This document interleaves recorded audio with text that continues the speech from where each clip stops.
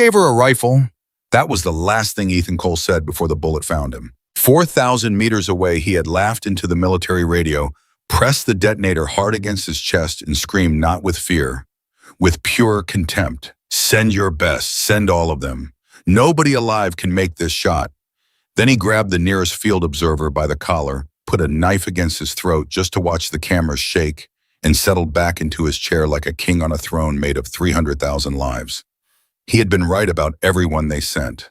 Everyone except her. Before we go any further, if you're new here, hit that subscribe button and follow this story all the way to the end. And drop a comment telling me what city you're watching from. I want to see exactly how far this story has traveled. Now let's get into it. The call came in at 3:52 a.m. Not a broadcast, not a general alert pushed through standard channels. This was a direct line, one phone to one man, and when Colonel James Hargrove picked up in his quarters at Nellis Air Force Base, the voice on the other end didn't bother with pleasantries.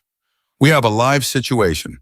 Tier 1, Nevada Training Range Sector 9, chemical device, dead man trigger, single subject, 4,000 meters minimum engagement distance." Hargrove had been in uniform for 31 years. He'd done 2 tours in Iraq, 1 in Afghanistan, advised during 3 classified operations he still couldn't name out loud. He had heard the word impossible used loosely by men who didn't fully understand what impossible meant. But as he dressed in the dark, moving fast and quiet so he wouldn't wake his wife, he felt something he hadn't felt since Fallujah. His hands were cold. By 4:15 a.m., the staging area at Grid Reference, November 7, looked like someone had yanked the best of America's military and dumped them in the Nevada desert without a briefing. Trucks, comm vans, 3 Humvees with the headlights killed. A tactical operations tent with red interior lighting. And 13 men, 13 of the finest precision shooters the United States military had ever produced, standing around a map table with expressions that ranged from grim focus to barely concealed disbelief. Master Sergeant Dale Kowalski, Army Ranger 8, confirmed long-distance kills, set his coffee down and stared at the topographic readout like it had personally insulted him. 4,000 meters, he said flatly. "You're saying 4,000? Technical Sergeant Roy Briggs from Delta Force didn't look up from the wind charts. 4,083 to be exact. Provisional satellite estimate. Could be worse." "Could be worse," Kowalski repeated, and there was nothing funny in it. At the center of the table, Colonel Hargrove leaned both fists on the map.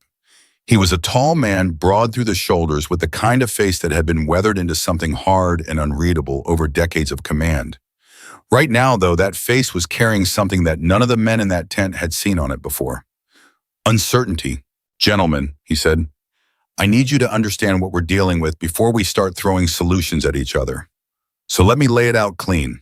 He pointed to a red marker on the map, a plateau roughly triangular, elevated about 60 meters above the surrounding terrain. Subject's name is Ethan Cole, former chemical engineer, Department of Defense contractor, terminated 18 months ago. Radicalized. Background check after the fact shows he's been planning something like this for at least 14 months. He is currently in a seated position on that plateau with a chemical dispersal device capable of contaminating the primary intake facility for the Las Vegas metropolitan water supply. He paused to let that land. Contamination at the source. If that device triggers, and we're talking a fast-acting organophosphate compound mixed with a radiological tracer that extends the contamination timeline, we are looking at between 280,000 and 320,000 civilians exposed. Long-term casualties. Permanent infrastructure damage. A public health crisis that will last years. Sergeant First Class Marcus Webb, Marine Scout sniper, had his arms crossed and his jaw set. "What's the trigger mechanism?" "Dead man switch," Hargrove said. "Pressure activated. Cole's hand releases, device detonates. He's also indicated verbally over intercepted comms we've been monitoring for the last 90 minutes that he has a secondary backup failsafe with a timer function. We believe that timer is set for," he checked his watch, "62 minutes from right now." The tent went quiet, not the quiet of men thinking, the quiet of men absorbing something that didn't fit inside normal parameters. CIA contractor. Victor Langley, who had operated in 6 different countries under 4 different cover identities and who generally treated stress the way a duck treats water, looked up from the wind data and said very quietly, "He really thinks he can sit there for 62 minutes and no one takes the shot." "He's right to think it," Briggs said. Nobody asked you, Roy. I'm telling you anyway. 4,000 meters, active wind variance, thermal distortion from the desert surface. Heat differential in a bullet travel time approaching 6 seconds. He's not wrong. From a physics standpoint, the odds against a clean first-round hit at that distance under these conditions are I know the odds, Hargrove said sharply. He straightened. Which is why I have 13 of you here instead of 1. We are going to work this systematically. Best available positions, best available calculations, and we do not stop until this is resolved. No drones. High Command has ruled that out. The device has an aerial disturbance sensor on the perimeter. No missiles, same reason. No electronic interference. Cole has a Faraday mesh around the primary trigger mechanism. It's clean or it's nothing. Webb uncrossed his arms slowly. Then we better get clean. The first shooter to step up was Kowalski. Nobody questioned it. In the world of precision, shooting, Dale Kowalski's name appeared on the very short list of men who had made confirmed kills beyond 2,000 meters in combat conditions. He set up in a prone position behind a natural rock formation, worked his data for 11 minutes, atmospheric pressure, humidity, Coriolis effect, wind speed averaged over 5 readings, bullet drop, compensation, spin, drift, and settled in. The desert at 4:47 a.m. was not quiet. It moved. It breathed. Heat rising from the sand. Even at this hour, air currents twisting through the landscape like something alive. Kowalski had operated in the Helmand Valley in conditions that would have broken most men. He had patience built into his bones. He waited for what he believed was the right moment. He took the shot. 6 seconds. The radio crackled from the forward observer 200 meters closer to the target using a thermal scope. Miss, low and left. Approximately 3 meters low, 2 meters left. 3 meters. At 4,000 meters, 3 meters was an eternity. Kowalski said nothing. He rolled onto his back, stared at the sky for exactly 4 seconds, and then sat up. Wind shifted at the 800-meter mark, he said. I felt it right as I broke the shot. I was calling it wrong. Needs a real-time comp at that point in the flight path. We don't have a way to get a real-time comp at 800 meters without spooking Cole, Hargrove said through the command channel. Then I know what I needed to know, Kowalski said. Pass it to the next man. The second shooter was Briggs. He was a different kind of shooter than Kowalski, less instinct, more mathematics. He had a reputation in the Delta community for treating long-range shooting like a physics problem to be solved rather than an art to be felt, and there were people on both sides of that debate. Right now, watching him set up with the deliberateness of a man who believed the answer was somewhere in his data, most of the men in the staging area were rooting for his approach. He took 19 minutes on his data. He verified his position 3 times. He used 2 separate anemometers and cross-referenced them. He took the shot. 6 seconds. Miss, high right, approximately 4 meters high, 1.5 meters right. Briggs stood, looked at his data cards, and made a sound in the back of his throat that wasn't quite a word. It's not the wind data, he said. The mirage is bending the sight picture. Between 2,000 and 3,000 meters, there's a thermal layer that's distorting the image. What I'm seeing through the scope is not exactly where the target is. Can you correct for it?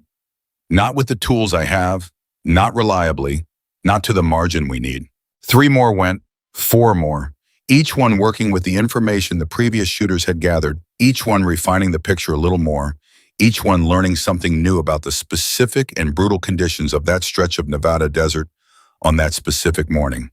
5th shooter Siwa contractor named Holloway came closest of the first 5, missed by 1.8 meters high. 7th shooter Marine Gunnery Sergeant Patterson had a moment where the forward observer thought he'd connected the target, moved just slightly, and for 3 full seconds, everyone in the staging area held their breath so hard it physically hurt.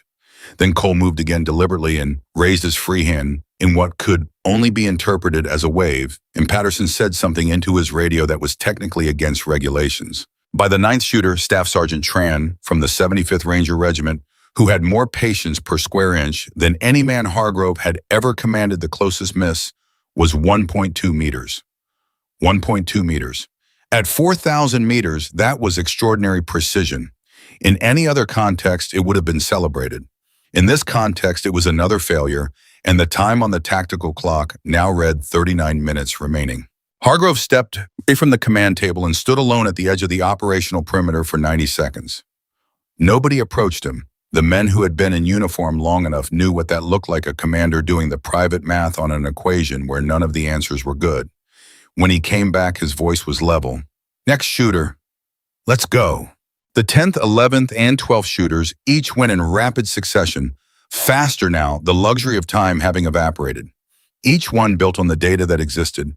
Each one refined. Each one missed. The 12th miss came in at 31 minutes remaining.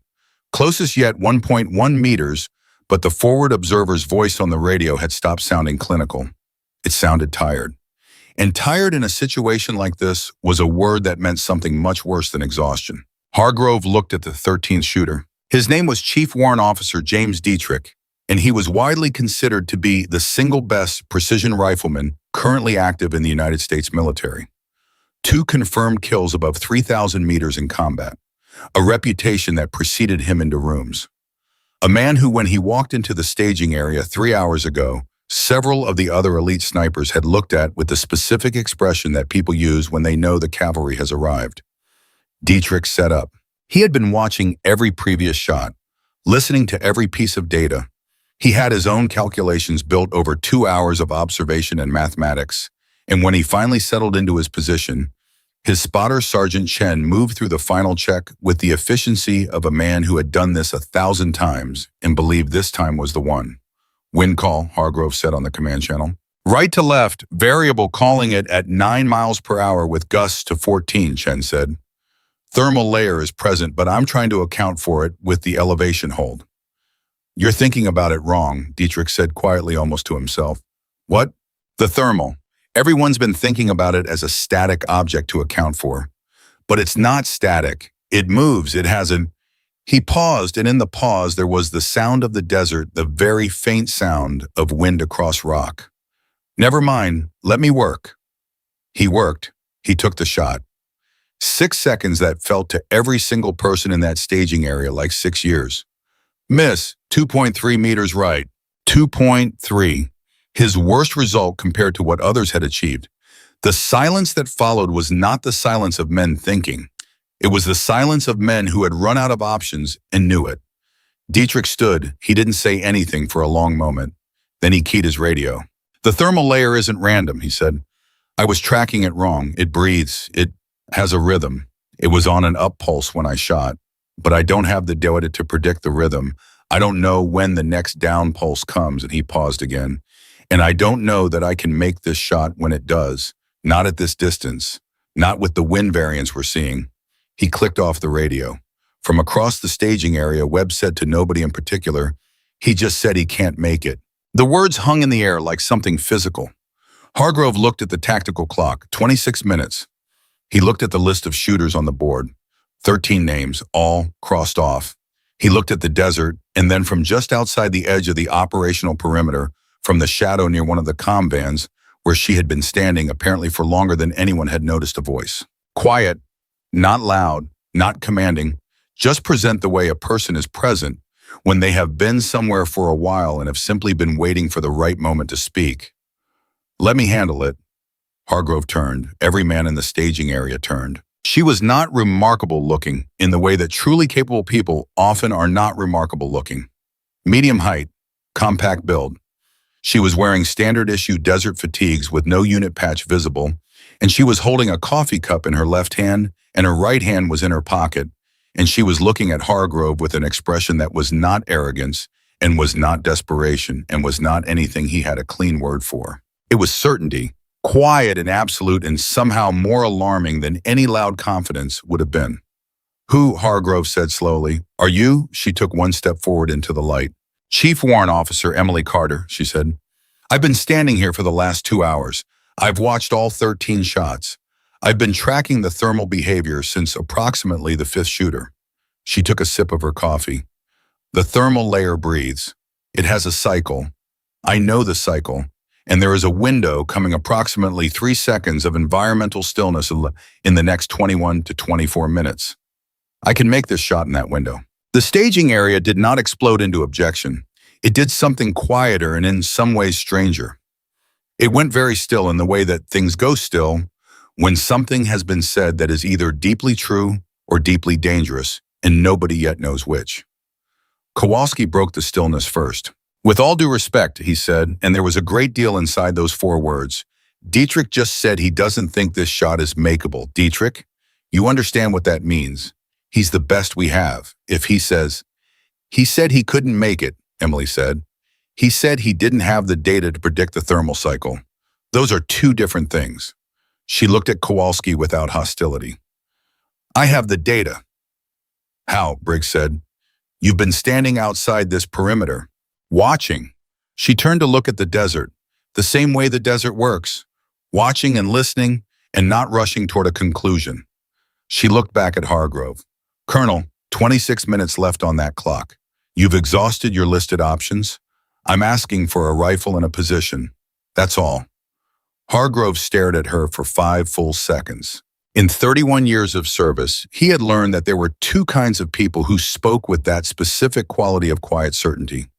The first kind were dangerous fools who had confused confidence with competence and hadn't yet been tested hard enough to discover the difference.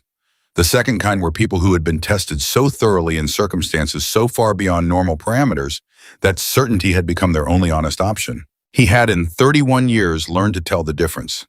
He looked at Emily Carter and he made a call. Get her a rifle, he said. Webb made a sound. Holloway opened his mouth. 2 other men shifted in a way that communicated about 17 different objections through pure body language. I said, get her a rifle, Hargrove said, and his voice had the quality it had right before things stopped being a discussion and became an order. Now, Emily Carter walked to the equipment line without hurrying. She looked at the 3 primary weapons available and selected the third one, a Macmillan TAC-50 chambered in .50 MG, with the ease of someone selecting a tool they are familiar with. She checked the scope. She ran her hand along the stock. She made 2 small adjustments to the cheek rest that took about 8 seconds total. Then she turned to the staging area and said, I need Chen, and I need everybody else to stop talking. Chen looked at Dietrich. Dietrich looked at Chen. Something passed between them that wasn't a conversation so much as an acknowledgement. And then Dietrich gave a single nod and Chen walked to Emily's side. What do you need? Chen said. Tell me every wind reading you have from the last 2 hours, oldest to newest. Don't interpret it. Just give me the numbers. Chen started reading numbers. Emily listened. She didn't write anything down. She stood with the rifle at her side and her coffee in her other hand and her eyes on the middle distance just listening, and the numbers came in wind speed, direction, variance, timing, and she nodded once, twice like someone receiving information they had been waiting to confirm. When Chen finished, she said, there's a wind rhythm too. Everyone was treating the thermal and the wind as separate variables. They interact. When the thermal pulse goes down, it also creates a pressure differential that dampens the wind variance at the critical distance bands for approximately 3 to 4 seconds. She paused. That's the window, not just still air, still everything for 3 seconds. Then it collapses. Kowalski had drifted closer, listening despite himself. And you can call when that window opens. I've been tracking the cycle for 2 hours, Emily said. I know roughly when, but I won't know exactly until I'm in position and feeling it. The desert will tell me. The desert will tell you, Kowalski repeated, and his voice was somewhere between skepticism and something that wasn't quite yet belief. It always does, Emily said. You just have to stop talking long enough to hear it. She walked to the firing position. The clock read 23 minutes. And in the Nevada desert, under a sky that was just beginning to think about dawn, a woman lay down behind a rifle, pressed her cheek to the stock, found her target through 4,000 meters of moving air and bending light and every physical force that the world could put between a bullet and its destination. And she waited. She did not calculate. She listened. The desert breathed around her, and she breathed with it, and Hargrove stood at the command table with his hands flat on the surface and his eyes on the clock. And Webb stood with his arms crossed and his jaw set and something complicated happening behind his eyes. And Chen crouched 3 feet from Emily with his spotter scope up and his mouth completely closed for the first time since the operation began. And Ethan Cole, 4,083 meters away on his plateau in the growing Nevada morning, rested his thumb on his detonator and smiled at the horizon because he was still certain that he had already won. He was still in these final minutes absolutely certain. That certainty would not survive the morning. 23 minutes. That number sat in Hargrove's chest like a stone. Emily Carter hadn't moved since she settled behind the TAC-50. She hadn't adjusted, hadn't recalculated out loud, hadn't asked Chen for a single additional data point. She just lay there breathing her eye behind the scope, her body so still, she looked like she had become part of the ground itself. Chen was 3 feet to her left, his spotter scope trained downrange, his mouth shut in a way that told everyone watching that he had made a decision to trust her, and that decision had not been easy, and he was not entirely comfortable with it, but it was made. The rest of the staging area had gone quiet, in the way that places go quiet when people have stopped believing that talking will change anything. Kowalski stood near the comm van with his arms crossed and his eyes on Emily's position. He hadn't moved in 4 minutes, hadn't said anything since she told them the desert would tell her. He was turning that sentence over in his mind the way you turn a rock over when you're not sure whether what's underneath is interesting or dangerous. Briggs was back at the data table, but he wasn't looking at the data. He was looking at the clock. 22 minutes, 40 seconds. Webb walked up beside Hargrove and kept his voice low. "Colonel, I need to say something." "Then say it." "We don't know her. We don't know her record. We don't know what unit she's actually with. She showed up outside our perimeter without clearance, without introduction, and you handed her a 50 cal and pointed her at the most sensitive shot in the history of this country. I'm not saying she's wrong about the thermal cycle. I'm saying we don't know enough about her to bet 300,000 lives on her word." Hargrove didn't look at him. He kept his eyes on Emily's prone figure downrange. "You think I don't know that? I think you made a call under pressure that might have been—" "I made a call," Hargrove said quietly, "because Dietrich told me he couldn't make the shot, and she told me she could, and I had 26 minutes left to choose between one option and no option." He finally looked at Webb. "You want to pull her off that rifle right now, Marcus. You want to walk out there and pull her back and tell me what we do with the next 22 minutes. Webb's jaw worked. He said nothing. "Then let her work," Hargrove said. 22 minutes, 15 seconds. Ethan Cole, 4,083 meters away, had not moved in 11 minutes. The forward observer, a young sergeant named Greer who had drawn the short straw and was sitting behind a thermal scope in a hide position 400 meters closer to the target than anyone else, had been providing status updates every 90 seconds. Cole was seated. Cole was stationary. Cole's right hand remained in contact with the detonator. Cole appeared to be, and this was the part that made Greer's voice tighten every time he reported it, relaxed. "He's not scared," Greer said over the channel. "I need y'all to understand that. He is sitting there like a man waiting for a bus." "He doesn't think anyone can reach him," Chen said, half to Emily, half to himself. Emily said without lifting her eye from the scope, "He's right that nobody has. He's wrong that nobody can." "How do you know the window's coming?" "Because I've been counting." She paused. "The thermal cycle runs approximately 19 to 21 minutes between full suppression events. Last full suppression was 19 minutes before the 9th shot. 9th shot was, she did the math in 1 second flat, 47 minutes ago. We've had 2 partial suppressions since. The full event is building. I can feel the pressure differential starting to equalize." Chen stared at the side of her face. "You can feel it." "Your ears," she said simply. "The way sound carries changes right before the window. It gets cleaner, sharper, like the air decides to pay attention." He didn't know what to do with that. He put his eye back to the spotter scope and paid attention. 21 minutes. Hargrove got a call on the command line.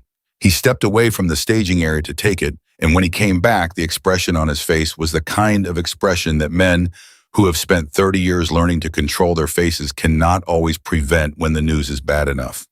Kowalski saw it. "What?" "Secondary confirmation on the timer," Hargrove said.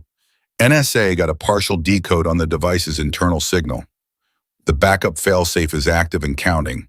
It's not 21 minutes, it's 18. The staging area processed that in silence for approximately 2 seconds. Then Briggs said, "She said the window opens in 21 to 24 minutes. I heard what she said. Colonel, if the window doesn't come until minute 22 and the timer hits 0 at minute 18, I know the math, Roy. Then we need to tell her." Hargrove walked to Emily's position. He crouched down beside her close enough to speak quietly and said, "Carter, new information. The timer on the backup device is confirmed active. We have 18 minutes, not 21. Emily's breathing didn't change. Her body didn't move. "I heard you," she said. The window you're calling it may not come in time. It'll come. You said 21 to 24 minutes. That's outside. I said approximately. There was no defensiveness in it, just precision. The cycle isn't a clock. It responds to conditions. The temperature dropped 0.4 degrees in the last 6 minutes. That compresses the cycle. The window is coming earlier than my original estimate. How much earlier? A pause. Not uncertainty calculation. 14 to 16 minutes from now, she said. Maybe less. Hargrove straightened. He stood there for a moment with his hands at his sides and the desert pre-dawn air moving around him, and he thought about 31 years and 300,000 people and a woman he had met 40 minutes ago who spoke about air pressure the way other people spoke about breathing. Okay, he said. He walked back to the command table. Nobody asked him what she said. They could tell from his face that the answer was still the same: let her work. 17 minutes 40 seconds. Webb had moved closer to the firing position without fully admitting to himself that he had done it. He was standing about 15 feet back and to the side where he could see Emily's profile. And he was watching her in the way that shooters watch other shooters, not looking for errors exactly, but listening for the language that bodies speak when they're preparing to do something at the absolute edge of what humans can do. She wasn't doing any of the things he expected. She wasn't running through final calculations. Wasn't adjusting her position, checking her dope, talking to Chen about last-second win calls. She was just there, present in a way that was almost uncomfortable to watch, like witnessing something private. Her breathing was slow, regular.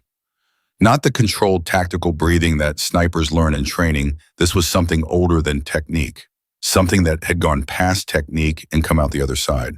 Webb had been shooting competitively since he was 14 years old. He had trained under 3 of the best precision instructors in the U.S. military.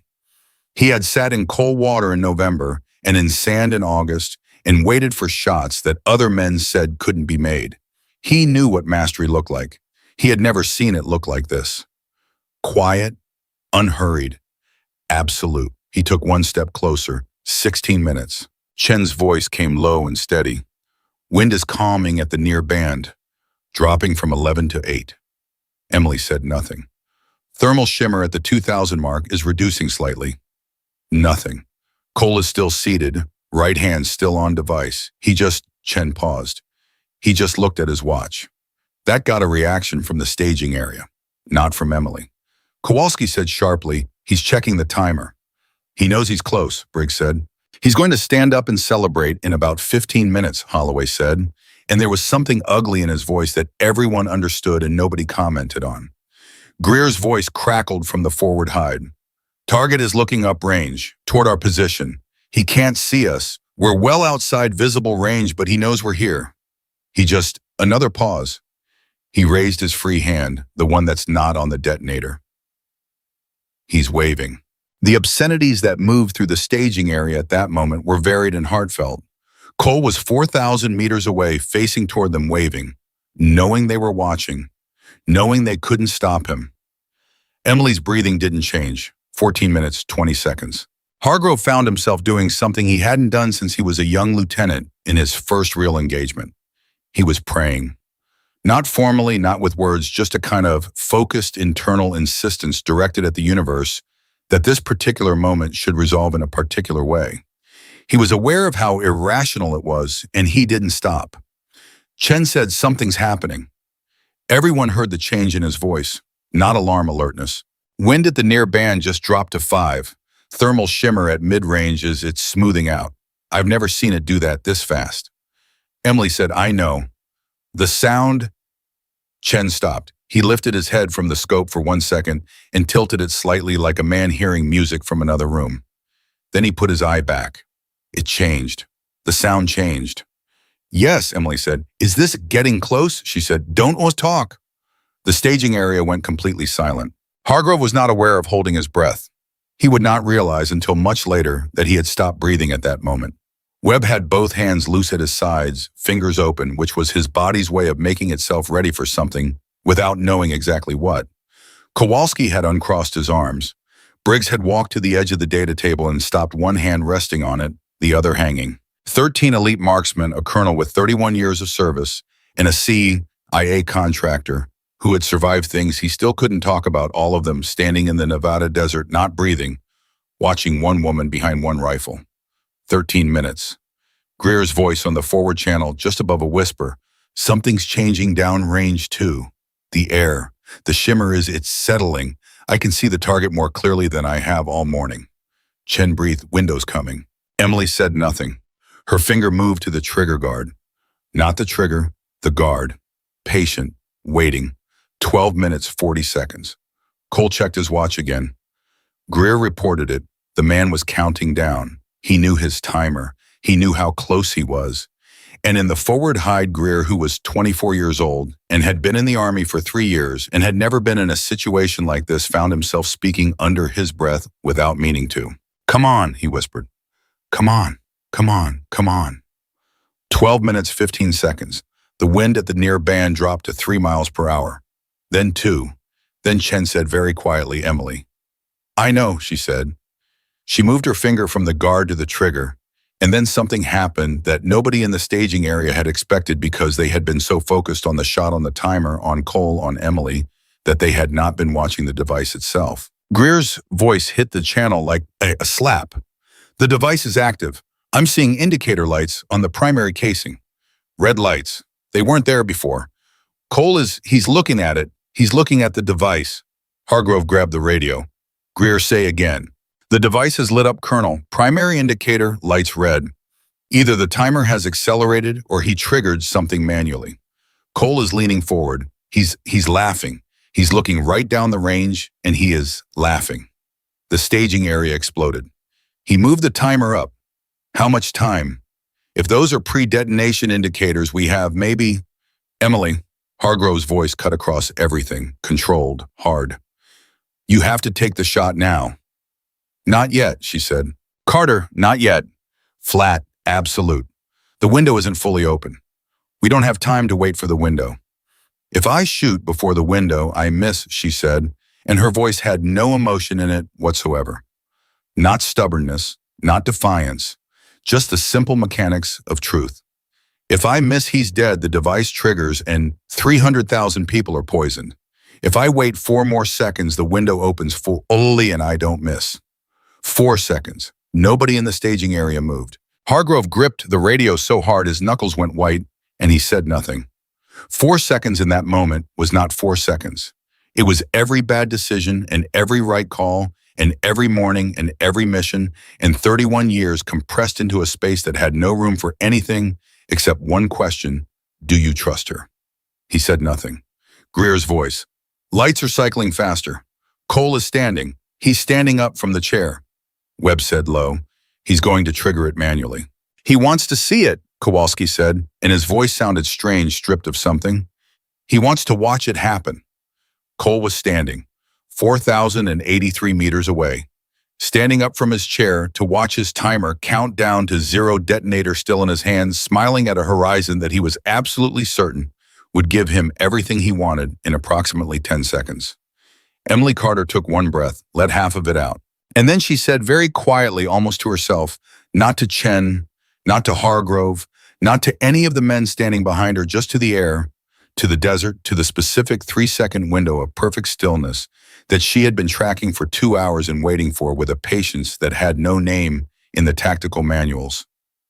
There it is. She pulled the trigger. The TAC-50 fired. The sound hit the staging area and then moved past it out into the desert, a sound so large and so final that it seemed to change the quality of the air. And then there was the bullet, already gone and already moving, already committed to a trajectory that covered 4,083 meters of Nevada desert morning, while carrying inside itself the weight of everything that came before it. Every missed shot and every calculated failure and every second of standing in the cold and the dark, waiting for something that seemed impossible to feel possible. 6 seconds. Nobody breathed. The clock read 11 minutes 52 seconds. Greer's voice came on the channel. He didn't use tactical language. He didn't give a technical report. He had been a soldier for 3 years and he was 24 years old, and what he had just seen through his thermal scope did not fit inside any language he had learned in training. So he said the only thing that fit. "Oh my God." Hargrove's voice was barely a sound. Greer, report. A pause. Short, but it contains something enormous. Target is down, Colonel. Another pause. The detonator fell. It fell from his hand, and it hit the ground, and nothing happened, and he's down. He's not moving. One more pause. The red lights on the device went dark. Hargrove closed his eyes.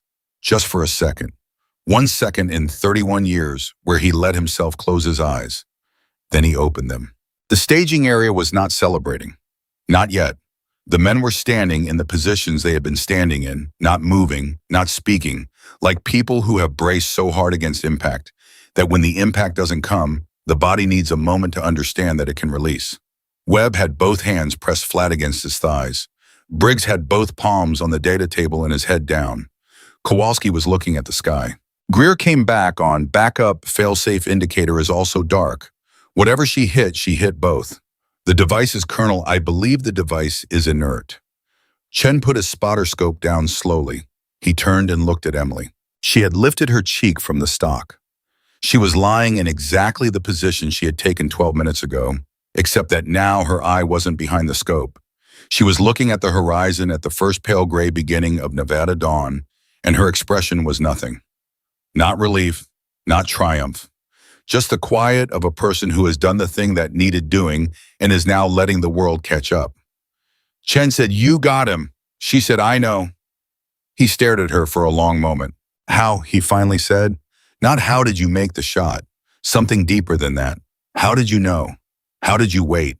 How did you sit in 26 minutes of absolute maximum pressure and not rush, not force it, not do what every instinct and every voice around you was screaming at you to do, which was take the shot before you were ready?"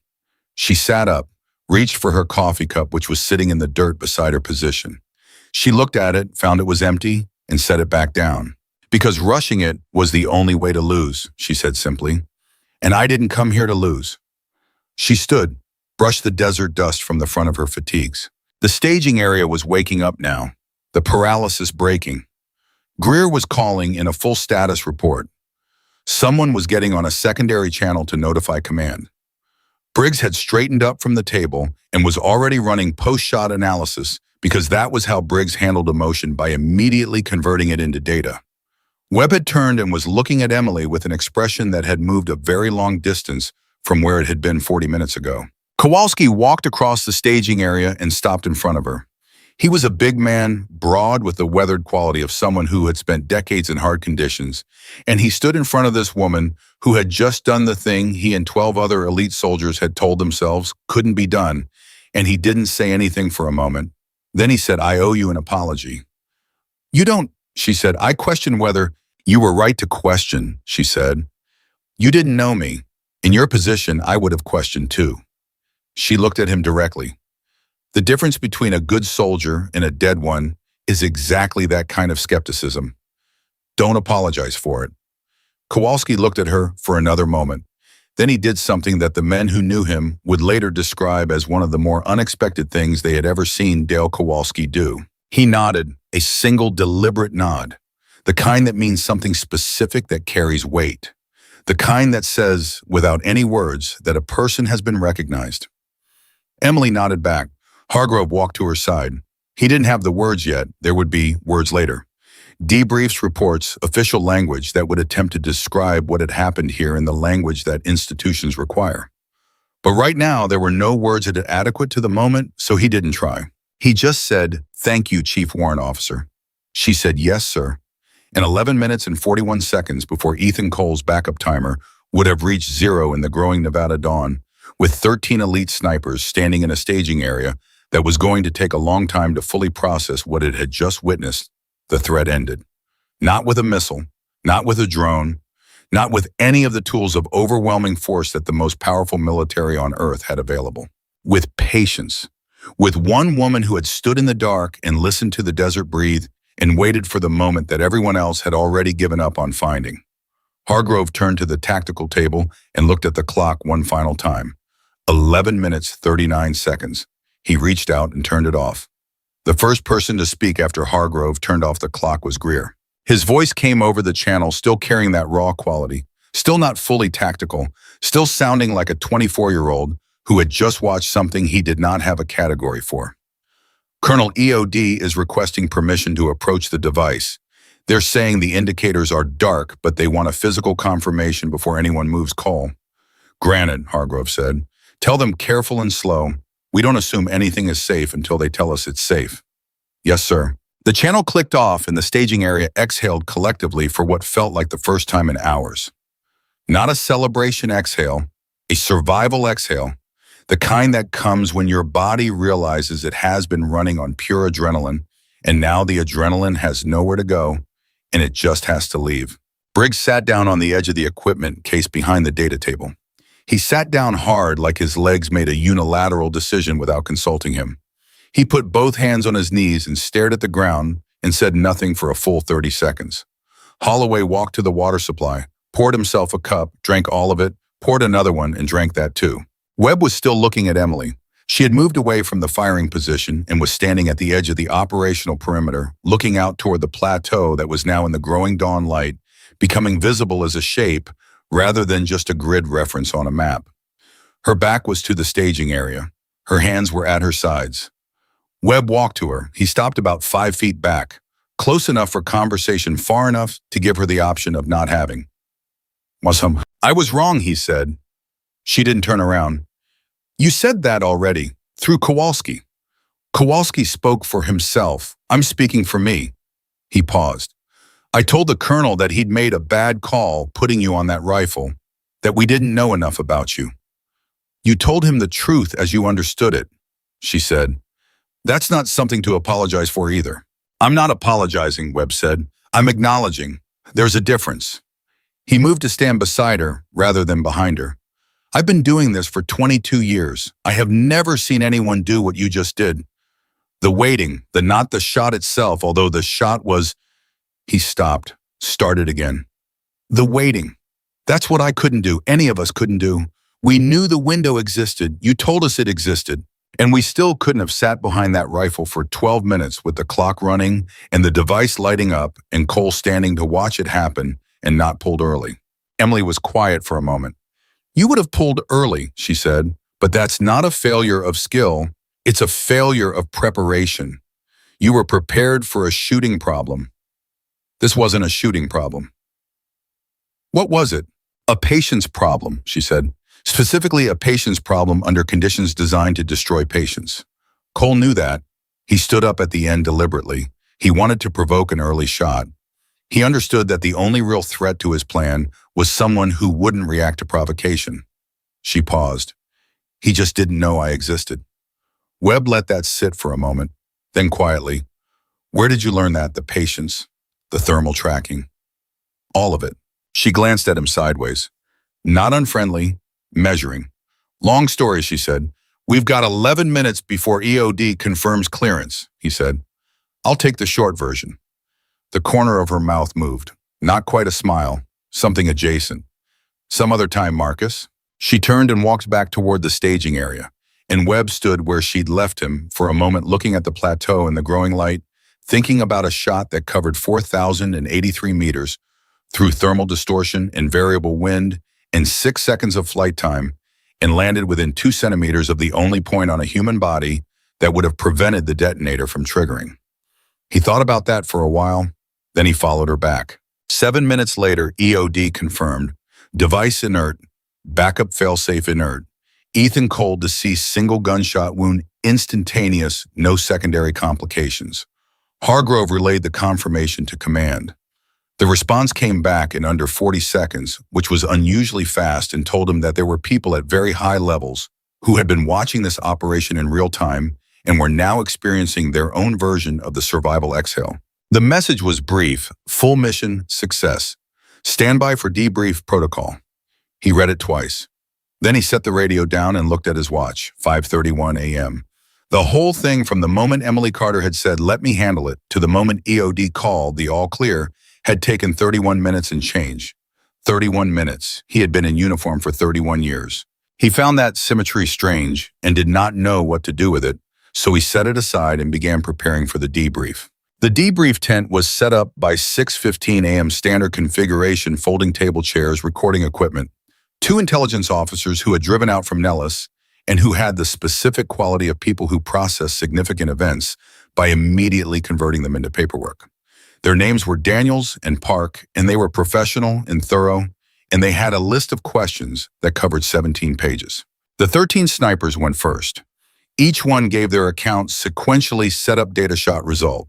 The intelligence officers recorded everything with the focused efficiency of people who understood that what had happened here was going to be studied for a very long time by people who weren't in this tent.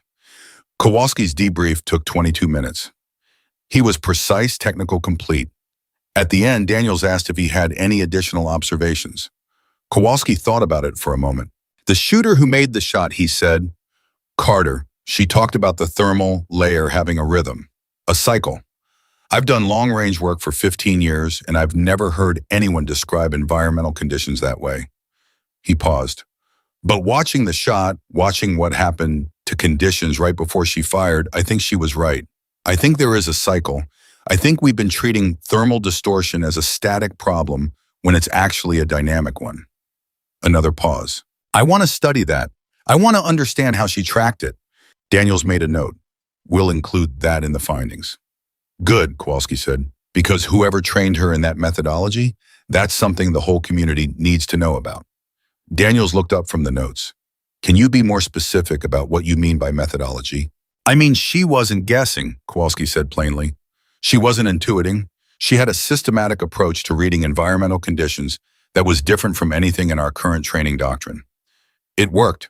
At 4,000 meters under those conditions, with that timer, it worked. He leaned forward slightly. I want to know where it came from. That question, where it came from, was the question that was quietly forming in multiple minds across the staging area at approximately the same time. And it was the question that led at 7:42 a.m. to the moment that changed the texture of the entire morning. Daniels came out of the debrief tent and walked directly to Hargrove. His expression had the specific quality of someone who has discovered that a piece of information they expected to find is not where it should be. Colonel, he said, we need to talk about Chief Warrant Officer Carter. Hargrove looked at him. What about her? We can't find her personnel file. The sentence landed in the conversation like a stone in still water. What do you mean you can't find it? Hargrove said. Not a question, a statement that required immediate expansion. Her name, rank, and service number produce a file jacket, Daniels said, choosing his words with the precision of a man who understands that imprecision right now would be a problem. The file jacket exists. It has a classification header, a photo matches the individual, and a single line of operational description. He paused. Everything else is redacted, not missing, redacted, deliberately, by someone with clearance significantly above mine. Hargrove was still for a moment. What's the single line of operational description? Daniels looked at his notepad. Silent Echo, Environmental Precision Specialist. DevGru Attachment Non-Standard Deployment Authority. Non-Standard Deployment Authority. In the language of military bureaucracy, those 4 words carried an enormous amount of weight. They meant that Emily Carter operated outside normal command chains, that she could be deployed without the standard authorization layers, that someone somewhere very high up had decided that she needed to be able to appear wherever she was needed without the normal paper trail. Hargrove looked across the staging area to where Emily was sitting on the hood of a Humvee, alone, finishing what appeared to be her 3rd cup of coffee, watching the EOD team work at the plateau in the early morning light. She's been here since before we arrived, Hargrove said slowly. Not a question. Reconstructing something. The ComVan operator logged her arrival at 3:38 a.m., Daniel said. 14 minutes before your convoy reached the staging area. She was already here, 3:38 a.m. Hargrove had gotten to the call at 3:52. She knew about the situation before we did, he said. She knew about the situation before the operational convoy was assembled, Daniels corrected carefully, which means someone notified her through a different channel, a faster channel. The implication of that landed on Hargrove with the full weight of everything it contained. He had been operating under the assumption that Emily Carter had stumbled onto the operation, arrived by chance or by proximity or by some fortunate coincidence of timing. The idea that she had been sent, that she had been positioned. That someone with the authority to move a DevGru non-standard asset had looked at this situation 14 minutes before the official operational response was assembled and decided that the official response was going to need help. That someone had known before Hargrove even got in his truck that 13 elite snipers were going to fail. He walked across the staging area to the Humvee. Emily watched him come. She didn't shift her posture, didn't put the coffee down. She had the look of someone who has been expecting a particular conversation and has had time to decide how to have it. Hargrove stopped in front of her. "You were here before us." "Yes," she said. "Someone sent you." "Yes." "Who?" She looked at him steadily. "You know I can't answer that." "Can't or won't." "In this case," she said, "they're the same thing," and she took a sip of coffee. "Colonel, I understand what you're trying to figure out. You want to know if this operation was anticipated, if someone in the chain knew it was coming and it didn't tell you. That's a legitimate concern, and I'm not dismissing it. But you won't answer it. I can tell you that the person who sent me is not your enemy," she said.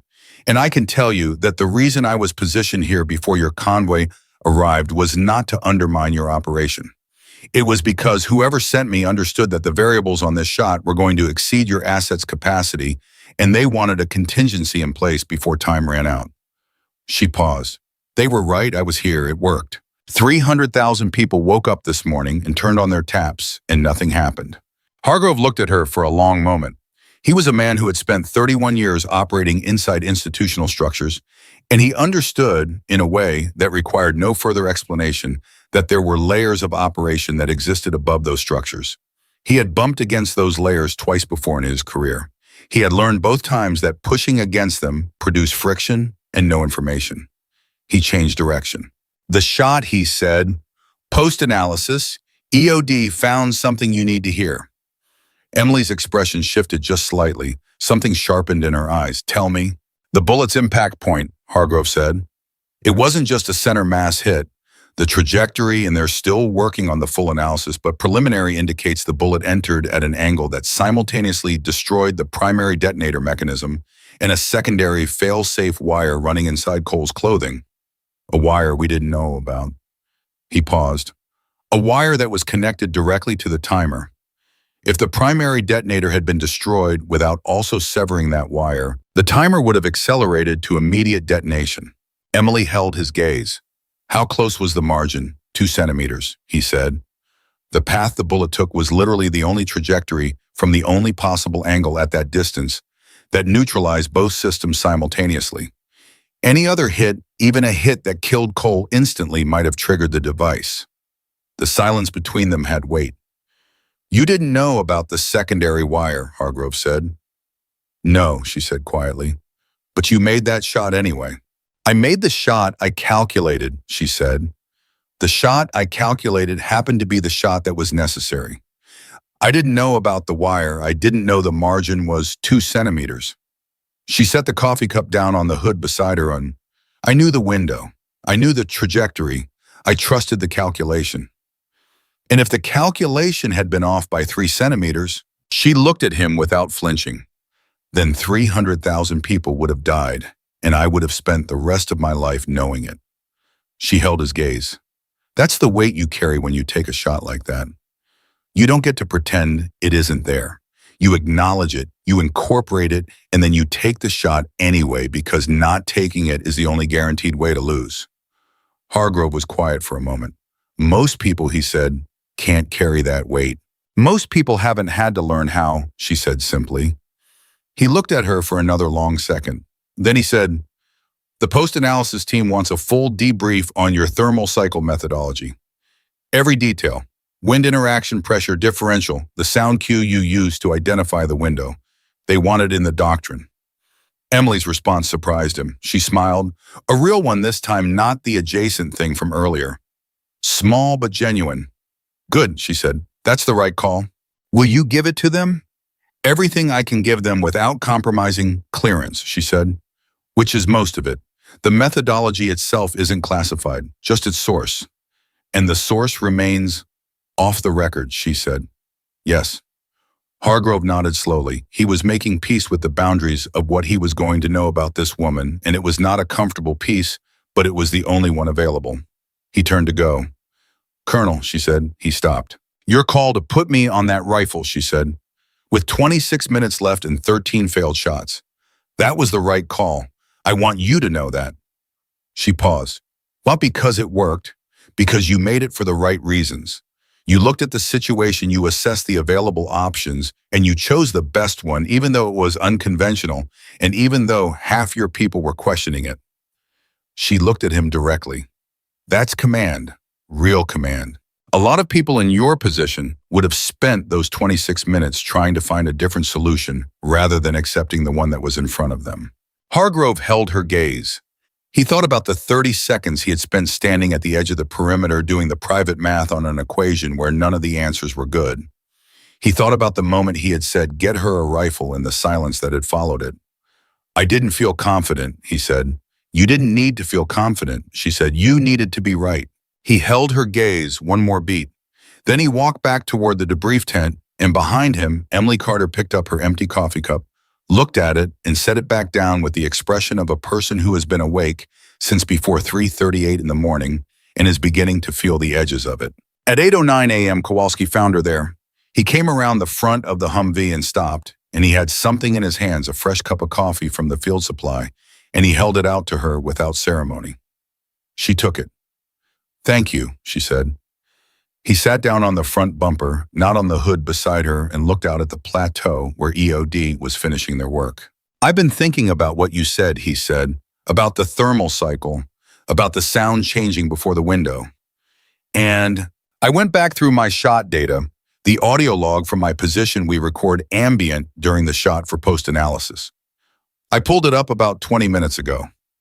He paused. "You're right, the sound changed. About 8 seconds before I took my shot, there was a shift in ambient audio frequency. I didn't notice it at the time. I was focused on the scope picture and the wind data." He turned and looked at her. "I could have heard it if I'd been listening for it." Emily held the coffee in both hands. "That's not a criticism of you, Dale." "I know it isn't," he said.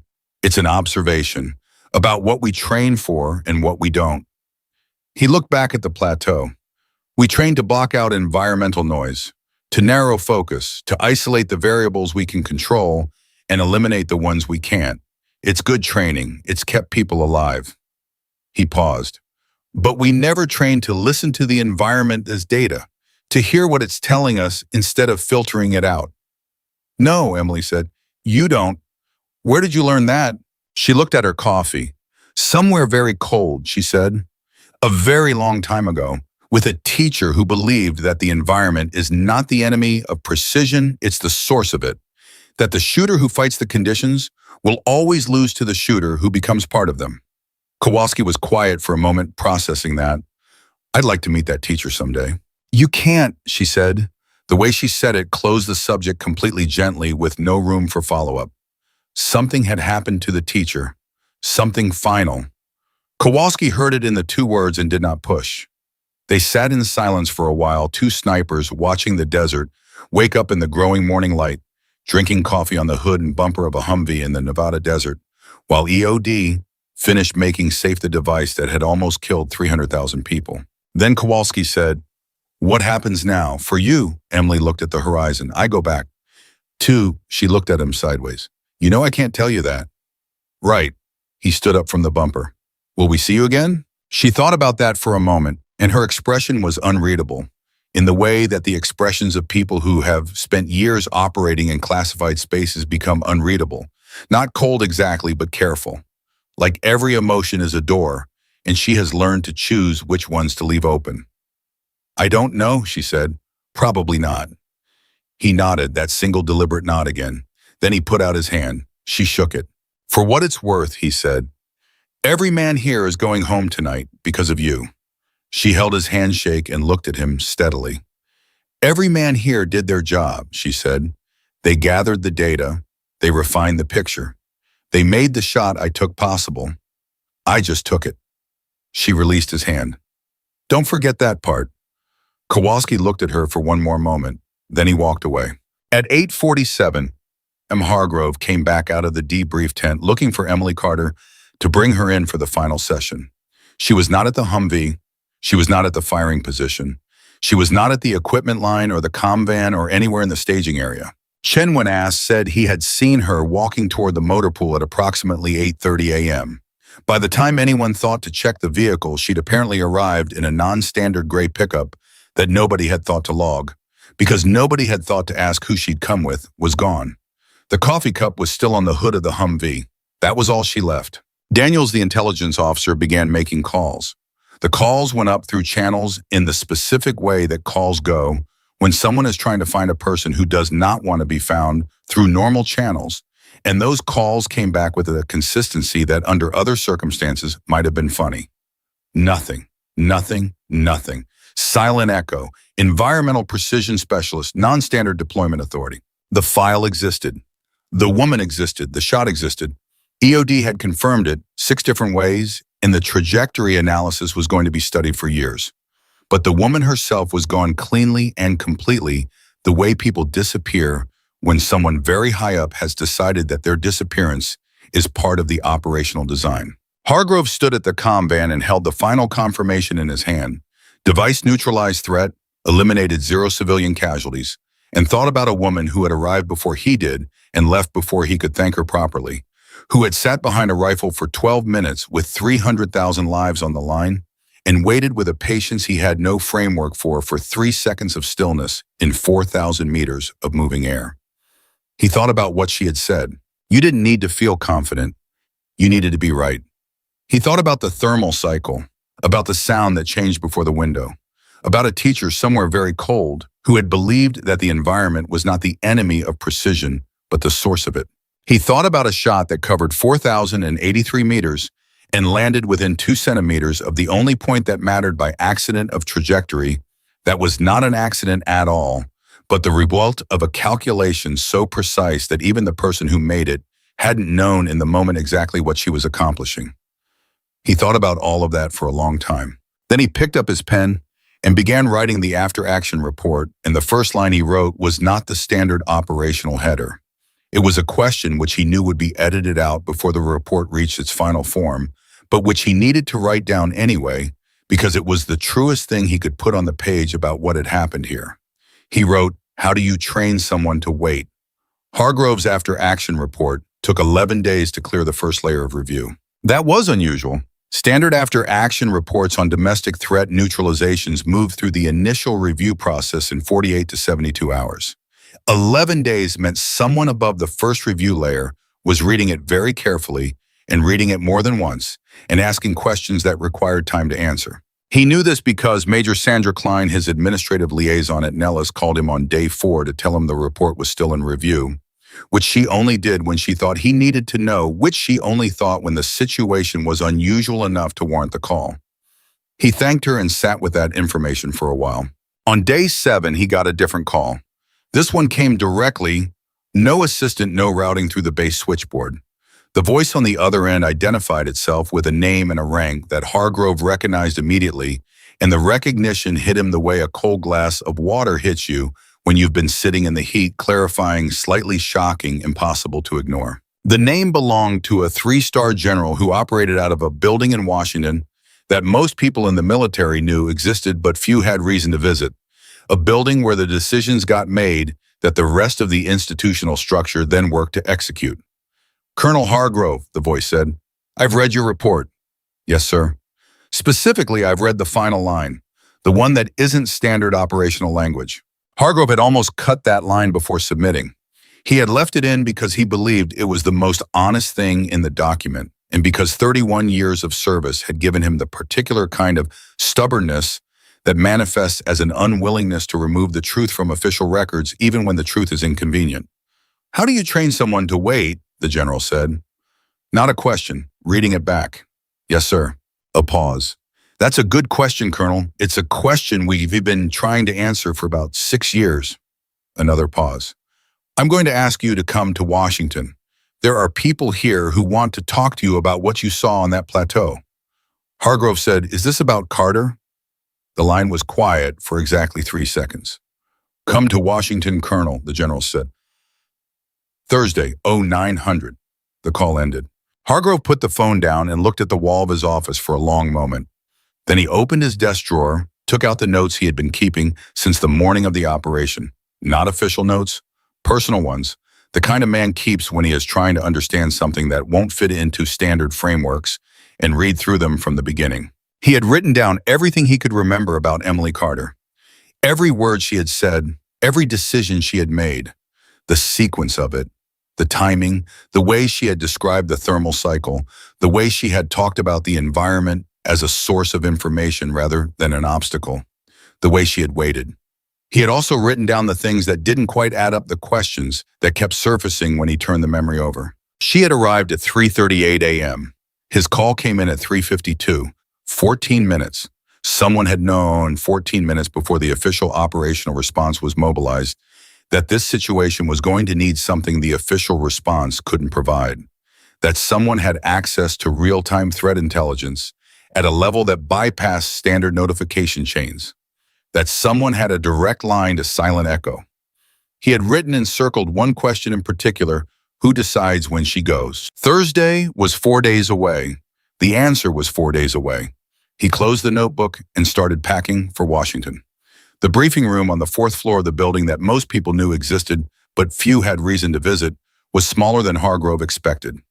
6 chairs around a rectangular table. No windows. A single screen on the far wall, currently dark. A coffee service in the corner that looked like it had been set up for a morning that had been starting early. The general was already there when Hargrove arrived at 08:54. So were 3 other people, 2 in uniform, 1 in civilian clothes whose names Hargrove was given, and immediately understood he would not be repeating outside this room. The civilian was a woman in her early 50s, with the kind of posture that military training builds, and never fully leaves even after the uniform comes off. She had a tablet in front of her and a legal pad beside it, and she looked at Hargrove when he came in with the expression of someone who has already read everything about him and is now checking the document against the original. "Colonel," the general said, "sit down. We'll skip the standard opener because everyone in this room already knows why we're here." Hargrove sat. "Carter," he said. "Carter," the general confirmed. "Specifically what you observed, what she did, how she did it, and what your assessment is of what it means." He nodded at the civilian woman. "Dr. Reyes will take point." Dr. Reyes set her tablet aside and looked at Hargrove directly. "Colonel, I'm going to ask you to describe in as much detail as you can your observation of Chief Warrant Officer Carter's behavior during the operation. Not the shot itself, we have the technical analysis. I'm interested in her process. Everything you noticed from the moment she spoke until the moment she fired." Hargrove described it. He took his time, he went through the sequence in order: her first words, her selection of the rifle, the way she listened to Chen's wind data without writing anything down, the way she described the thermal interaction, the 12 minutes of stillness behind the scope, the moment she said, "There it is, the shot." Dr. Reyes listened without interrupting. When he finished, she said, "When she described the thermal cycle, the breathing, the rhythm, the interaction with wind variance, did she hesitate? Did she search for words?" "No," Hargrove said. "She was completely fluent, like she was describing something she had been doing so long it had become automatic." "And the moment she identified the window, what did that look like?" "She said, 'There it is,'" Hargrove said. "That was all. No warning, no countdown. Just those 3 words and then the shot." "What was her affect?" "Calm," Hargrove said. "Well, the trained calm that you get from conditioning under stress. Something deeper, like the calm was her default state, and stress was the thing that had to work to reach her, not the other way around." Dr. Reyes made a note. And afterward, immediately after the shot confirmed, Hargrove thought about Emily sitting up from the firing position, looking at the horizon, reaching for the empty coffee cup. She looked like someone who had finished a task, he said. Not someone who had just done something extraordinary. Just done. Dr. Reyes nodded slowly. She looked at the general. Something passed between them that Hargrove couldn't fully read, but could feel the weight of. The general looked at Hargrove. "Colonel, I'm going to tell you some things that don't leave this room. You understand that?" "Yes, sir." 6 years ago, we began a program, the general said, classified above standard special operations access. The premise of the program was a question, the same question you put at the end of your report as it happens. How do you train someone to wait? He leaned forward. Not in the simple sense, not in the sit and hide for 12 hours sense, in the deeper sense. How do you train a precision operator to stop fighting environmental conditions and start reading them, to treat the environment not as the problem but as the instrument, to develop a relationship with conditions that is not instinct exactly but something close to it, something that operates faster than conscious calculation? Hargrove was very still, and Carter is part of that program. Carter is the program, Dr. Reyes said quietly. The room was silent for a moment. She's the only graduate, the general said. In 6 years, of the 14 candidates who went through the full training sequence, she's the only one who reached operational certification. The others, he paused, choosing words. The others reached their limits at different stages. Some earlier, some later. Nobody else got where she got. Where did she get? Hargrove said. Dr. Reyes turned her tablet around and slid it across the table. On the screen was a performance summary, numerical scores, assessment ratings, the dry, technical language of evaluation reports. Hargrove scanned it, and as he did, his understanding of what he had witnessed on the Nevada plateau shifted, deepened, became something with more weight and more complexity than he had previously assigned to it. The numbers on the page described capabilities that should not have been possible. Environmental reading scores that had no comparable baseline in existing doctrine because the doctrine had never attempted to measure what Carter could do. Shot data from conditions that training doctrine classified as outside the viable engagement envelope, distances and variables that the textbooks said produced results below acceptable probability thresholds. Results achieved at those distances anyway. And one line near the bottom of the summary that stopped Hargrove cold. Current operational deployment. Reactive positioning, asset deployed in advance of predicted crisis events based on environmental intelligence modeling. Average pre-positioning lead time versus official operational response, 11 to 17 minutes. He read that line 3 times. She's not just deployed to respond, he said slowly. She's positioned before things happen. Before the official response is assembled, yes, Dr. Reyes said. Based on pattern analysis and environmental modeling that operates through channels I'm not going to detail here. When the model identifies a high probability event that will exceed standard operational capacity, specifically at extended engagement distances, Carter is pre-positioned. So someone knew. Oh, Hargrove said. Someone knew that staging area was going to need her 14 minutes before my convoy was assembled. Yes, Dr. Reyes said simply. And the 13 snipers were not inadequate, the general said, and his voice had something careful in it, something that wanted to be precise. This needs to be said clearly. Every man you deployed was operating at the absolute edge of what current doctrine and current training can produce. They did not fail because they were insufficient. They encountered a problem that sits outside the boundary of current doctrine. There's a difference. Hargrove thought about Kowalski's audio log, about the ambient frequency shift 8 seconds before the shot that Kowalski had recorded without noticing, about Dietrich saying the thermal breeze without knowing exactly what he was reaching for. They were close, Hargrove said. They were exactly as close as men can get without specific training in environmental reading methodology, Dr. Reyes said. Dietrich's observation about the thermal breathing that was genuine insight. Under different circumstances with different preparation, he might have found the window on his own. It would have been slower. It might have been too slow. She paused. Might have. The 2 words hung in the room. What happens now, Hargrove said, with the program, with Carter? Dr. Reyes and the general exchanged the look again. This time Hargrove caught more of it, a decision being confirmed not made. Something they had already decided before he walked in the door. That's partly why you're here, the general said. The Nevada operation is going to be studied. The methodology Carter used is going to be extracted, formalized, and incorporated into an expanded training curriculum. It won't produce another Carter. That process takes years, and most candidates won't complete it. But it will produce shooters who are more environmentally aware, more capable of reading conditions, rather than just fighting them. That gap in doctrine that Kowalski identified, he nodded at the notes in front of Hargrove. We're closing it. And Carter herself, a beat. Carter is being reassigned, the general said. New program, different scope. That's all I can tell you. Hargrove absorbed that. Will she be in the field? Colonel, the general said with just enough weight to close the question. Hargrove nodded. He understood the boundary. He had been in uniform long enough to know exactly where the lines were on questions like this, and he had never been the kind of man who pushed past them just to satisfy his own curiosity. He sat with what he'd been given. Then he said, "One more question." "Go ahead." "The shot. Post-analysis. The trajectory that destroyed both the primary trigger and the secondary fail-safe wire simultaneously. 2-centimeter margin." He looked at the general.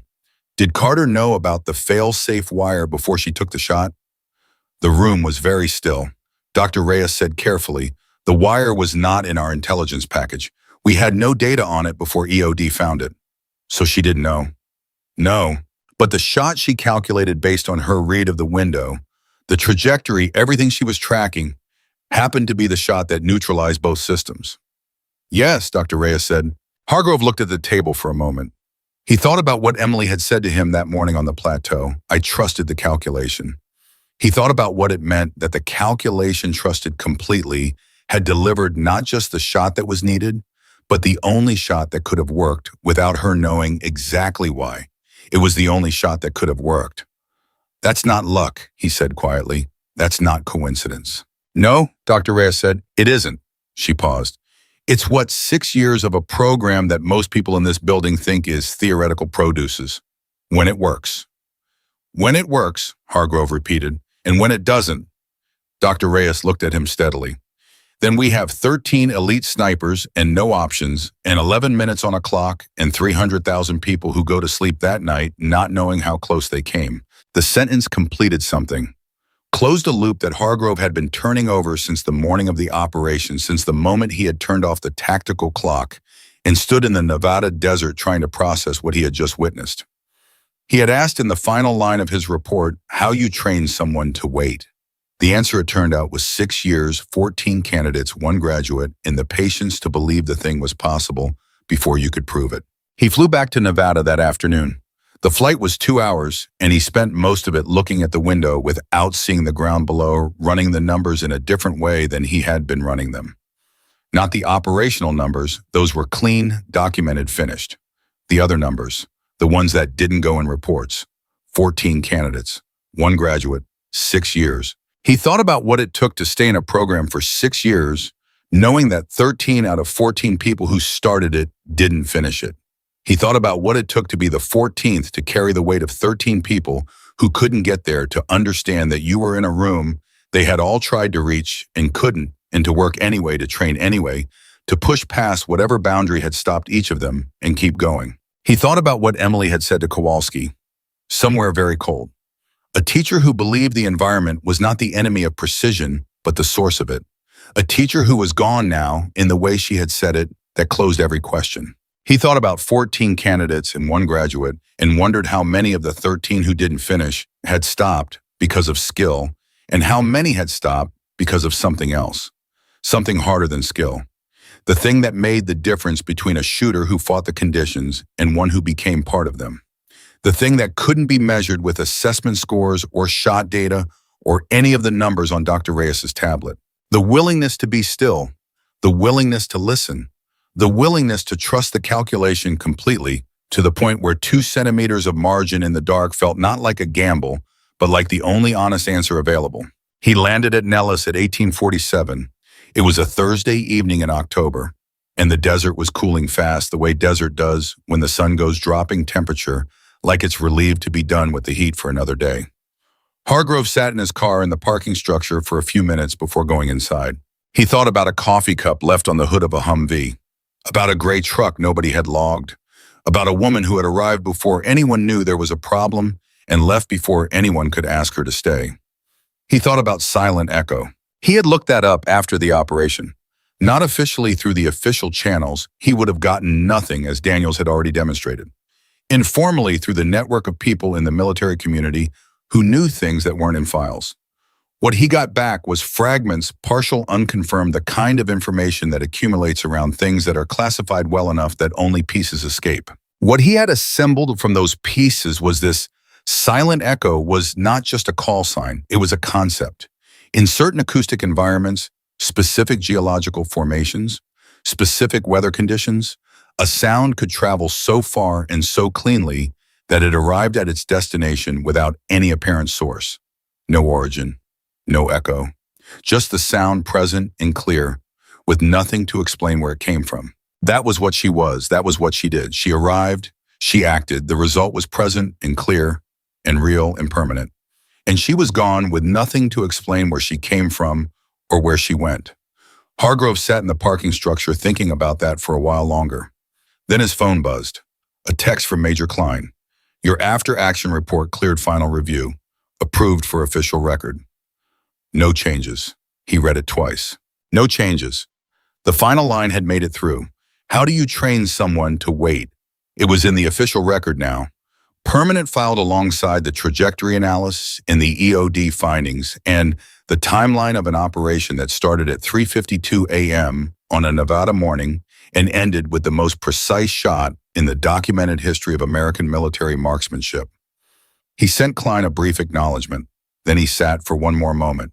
He thought about 300,000 people who had woken up that morning and turned on their taps, and made their coffee, and never knew. Children who had gone to school. Old men who had made their breakfast. Families at tables. People in hospitals. All of them untouched by something they would never know had been coming. Protected by a shot they would never hear about, made by a woman whose name they would never learn. That was the work. That was what it looked like from the outside, which was nothing. A normal morning. Water that ran clean, air that stayed clear, a city that went about its business without the slightest indication that 11 minutes before the worst morning of its collective life had been stopped by 3 seconds of desert stillness and one woman who had been waiting for them. He got out of his car, walked inside, started writing the memo that would initiate the expanded training curriculum the general had described. The first line he wrote, this time with intention, knowing it would stay, was also a question. He wrote, what does the desert know that we don't? He thought about that for a moment. Then he wrote, let's find out. Outside, the Nevada desert was cooling into evening. Somewhere in it, or somewhere beyond it, or somewhere else entirely in a location he would never know, and was not cleared to ask about Emily. Carter was already at work, pre-positioned, patient, listening to whatever environment surrounded her with the same absolute attention she had brought to the Nevada plateau, waiting for the window that only she knew how to find. The desert kept its secrets. It always did. But some people knew how to listen to it anyway. The memo Hargrove wrote that Thursday evening took 3 weeks to become a formal proposal and 4 months to become a funded program. He called it Environmental Precision Integration, EPA for short. The name was deliberate, functional, bureaucratically palatable, containing nothing that would cause someone reading a budget line to ask uncomfortable questions. Inside the proposal, buried in section 4 of 7, was the methodology, the thermal cycle, the wind interaction, the sound cue, the practice of listening to conditions rather than fighting them. Everything Emily had described formalized into training language, stripped of the specific personal origin that he had been told to leave out, but intact in its essential truth. General Morrison, the 3-star, who had called him on day 7, signed the approval in February. Funding came through in March. By April, Hargrove had a training cadre and a location and a curriculum and a list of 12 candidates drawn from the best precision operators across 4 branches. He had also by April been living with a question for 6 months that he had not been able to answer and could not stop asking. Where was she now? Not officially. He knew better than to ask officially, had known since the Washington meeting that the official answer was a door that would not open for him. But the informal network, the same one that had given him the fragments about Silent Echo's acoustic origins, had been producing small pieces of information that accumulated slowly like sediment, building towards something he could almost see the shape of, but couldn't quite resolve. What he had by April was this 3 separate incidents in 3 separate locations in the 6 months since Nevada that bore the specific signature of what he had witnessed on the plateau. An impossible shot made under impossible conditions, at a distance that the technical analysis placed outside standard engagement doctrine, with environmental precision that exceeded anything explainable by conventional methodology. One in a mountainous region overseas, one at a coastal facility on the eastern seaboard, one at an inland infrastructure site whose location he'd gotten through a source he trusted but could not verify. 3 shots, 0 official attribution, 0 press, clean results, clean departures, nothing left but the outcome. He kept those three pieces of information in the same notebook he'd started on the morning of the Nevada operation. He did not show the notebook to anyone. He thought about it a lot. The training program opened on a Monday in April with 12 candidates in a facility outside Flagstaff, Arizona. Hargrove drove up personally for the first day. He stood in front of 12 of the most technically capable precision shooters he had been able to identify, and he told them without preamble what they were going to learn. Everything you know about long-range precision work is a foundation, he said. It's good. It's solid, it's kept people alive, and it's not enough. There is a layer of capability above what current doctrine teaches that the best shooters in this country have been missing because we've been training people to filter out the environment rather than read it. We're going to fix that. A hand went up. Staff Sergeant Reyes, no relation to the doctor. Just a coincidence, Hargrove had noted with private amusement, 29 years old Marine Scout sniper, the kind of young shooter who had grown up reading about the legendary shots in military history and had dedicated his adult life to getting as close to that standard as training and talent could take him. Sir, Reyes said, what's the basis for the curriculum? Where does the methodology come from? Hargrove had been expecting this question since the first day he had started writing the proposal. He had prepared an answer that was truthful in everything it said and silent on what it didn't say. An operation, he said, 6 months ago, a shot made under conditions that our current doctrine classified as outside viable parameters. The shooter made it anyway. We reverse engineered the methodology. This curriculum is the result. Who was the shooter? Reyes asked. The room was attentive in the way rooms are attentive when they understand that the answer to a question is going to tell them something important about why they're there. Classified, Hargrove said. What matters is the methodology, not the biography. That's actually one of the first things you're going to learn here is the work is the thing, not the person doing it, the work. Reyes absorbed that, nodded, sat back. The first week of training was, by the accounts of every candidate who survived it, the most disorienting professional experience of their lives. Not physically, they were all elite operators. Physical challenge was a language they were fluent in. Disorienting in the way that having a fundamental assumption removed from beneath you is disorienting. The assumption was this, that in long-range precision work, the environment was the problem to be solved and the shooter was the solution. That the job was to master the variables, calculate the wind account, for the thermal compensate, for the Coriolis hold, everything steady, and force the chaos to conform to the physics. On day 2, Hargrove's lead instructor, a retired warrant officer named Thomas Cruz, who was one of 3 people Hargrove had found who understood the methodology well enough to teach, it stood in front of the 12 candidates and said something that made at least 4 of them visibly uncomfortable. You have been trained to fight the environment, Cruz said. You are going to spend the next 12 weeks learning that the environment has never been your enemy. It has been giving you information this entire time. You have been covering your ears. A hand went up. Sergeant First Class Diana Merritt, Army Ranger, one of 2 women in the group with the specific quality of stillness in her posture that Hargrove had noticed in Emily Carter and had not expected to see in a candidate this early. He had noted it on day 1 and had said nothing because it was too soon to mean anything. If the environment is giving us information, Merritt said, what is it saying? Cruz looked at her for a moment with the expression of a teacher encountering a student who has asked the exact right question at the exact right time. Everything he said, come outside. By week 4, 3 candidates had washed out. Not for lack of skill, all 3 could shoot. They washed out because the methodology required something that skills training doesn't address, something that Cruz described to Hargrove in a conversation at the end of week 4 in terms that Hargrove wrote down verbatim in his notebook. The thing that eliminates them, Cruz said, is the same thing every time. They can acquire the data.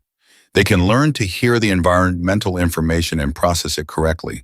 But when the moment comes when the conditions are right and the window is there, they rush. They've spent their whole careers training to act on information immediately. Now we're asking them to sit with perfect information and not act until the moment is exactly right. And the trained urgency in them won't let go. It keeps firing.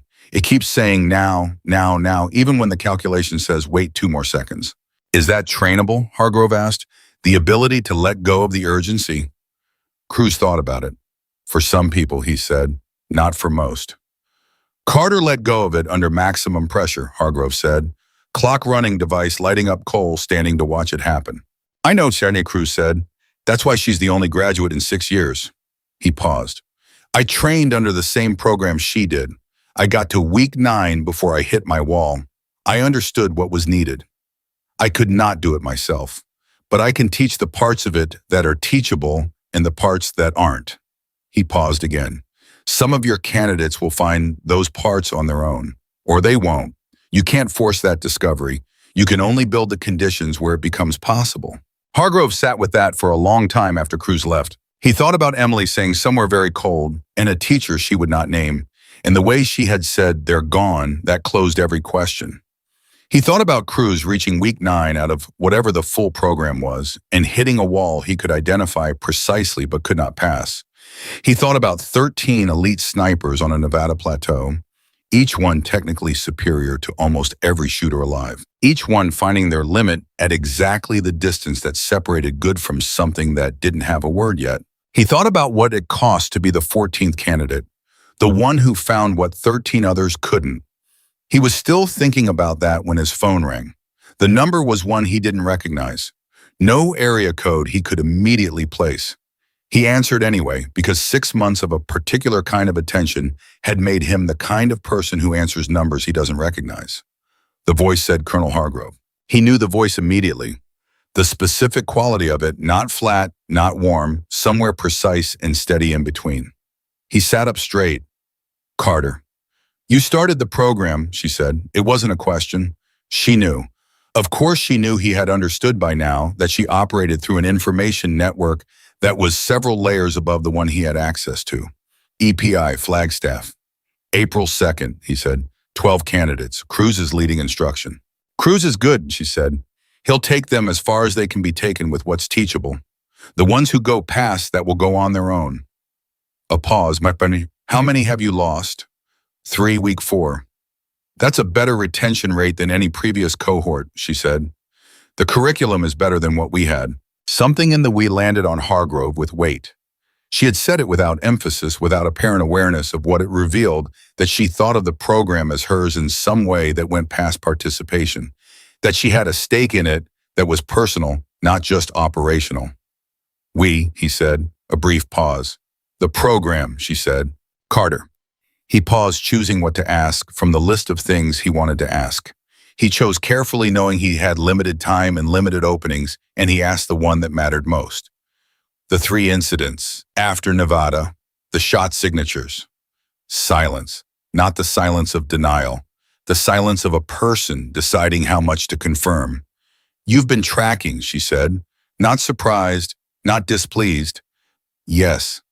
Then you know what the answer is. I know what I think the answer is, he said. I'd like to hear you say it.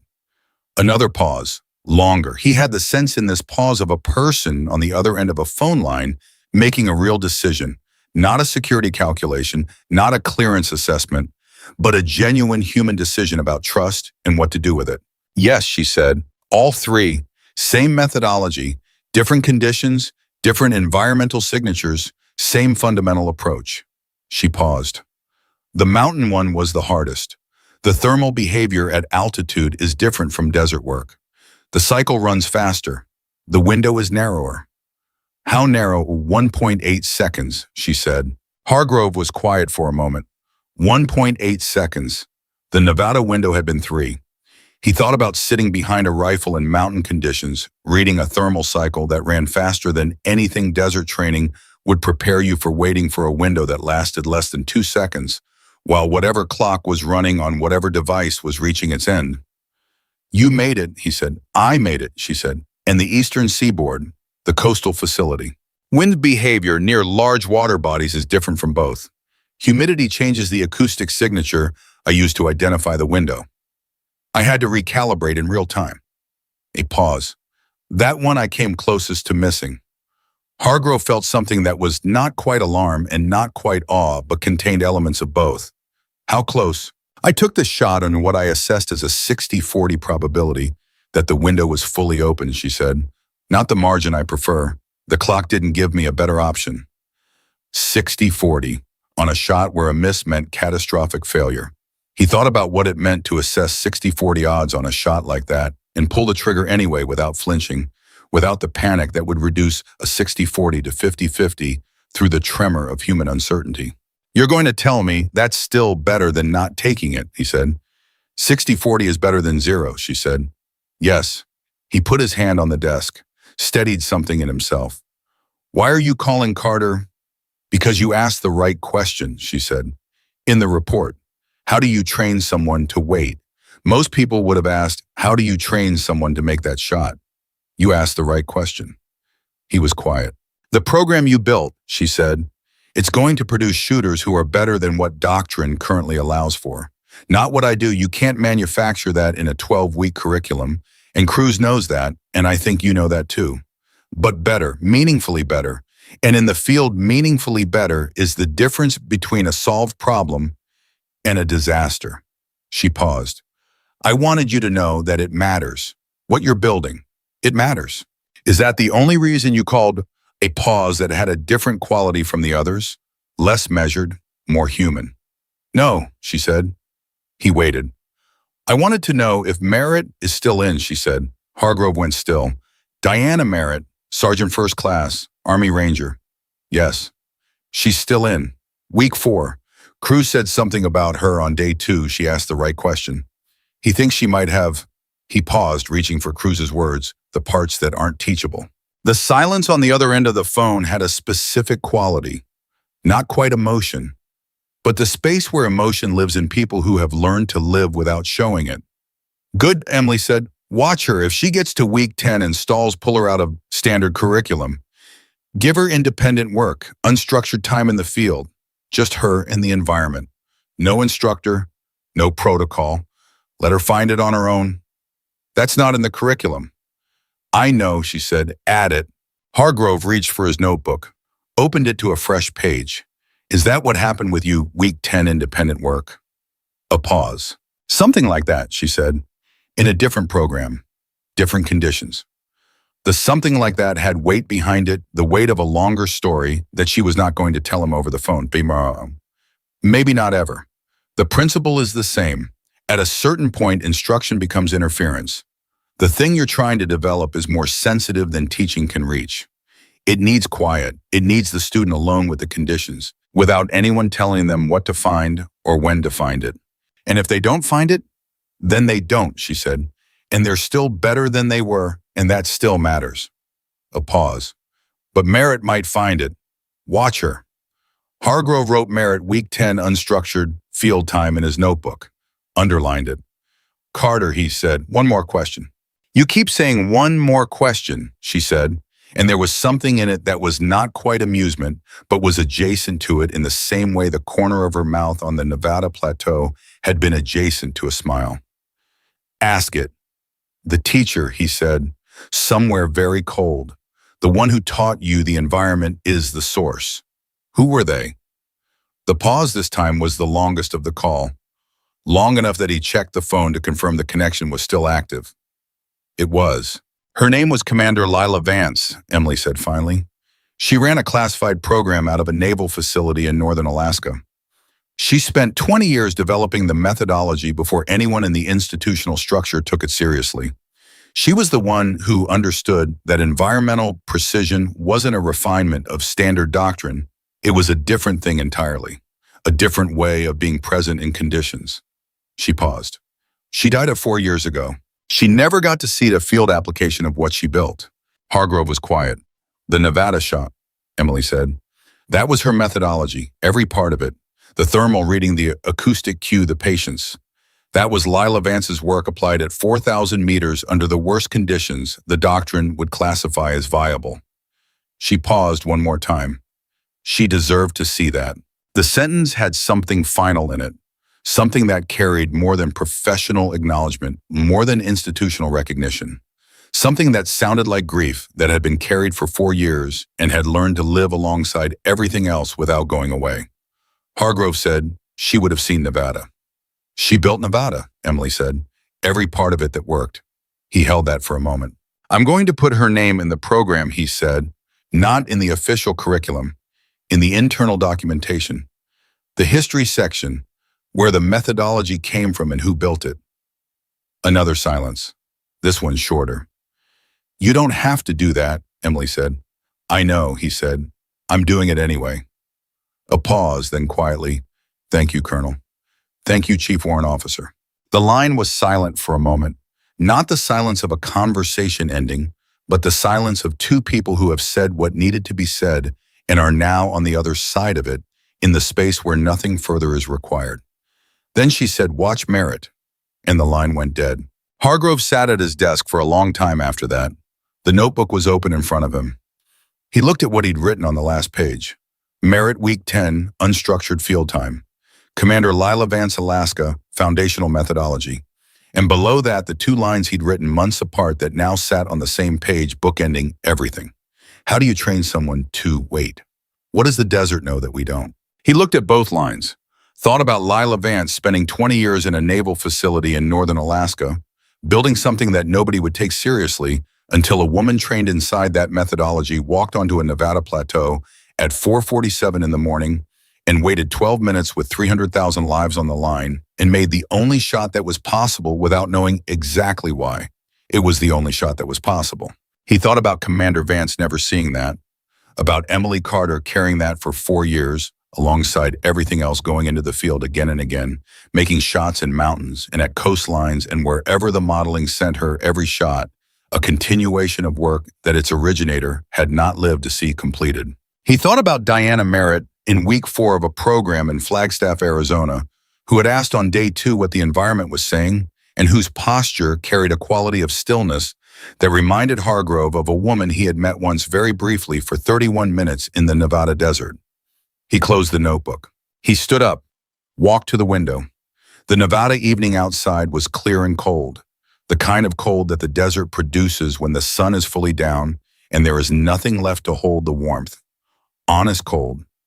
Complete cold, the kind that doesn't apologize for itself. He thought about Ethan Cole dead on a plateau, his detonator in the dirt.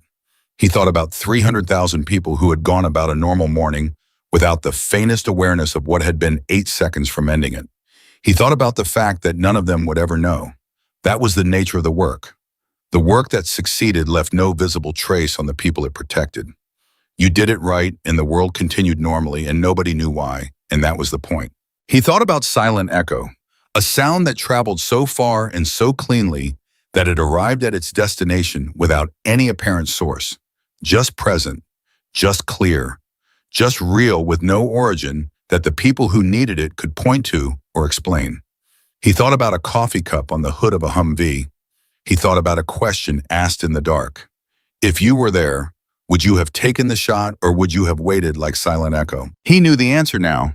Not for himself, he was honest enough to admit he didn't know what he would have done with 12 minutes on a clock and a device lighting up and a man standing to watch it happen. He knew the answer in the larger sense, the one that the whole story pointed toward from the beginning, through every missed shot and every failed calculation, and every veteran who had looked at the conditions and said correctly that this was outside what skill alone could reach. The answer was that the shot was never about the shot.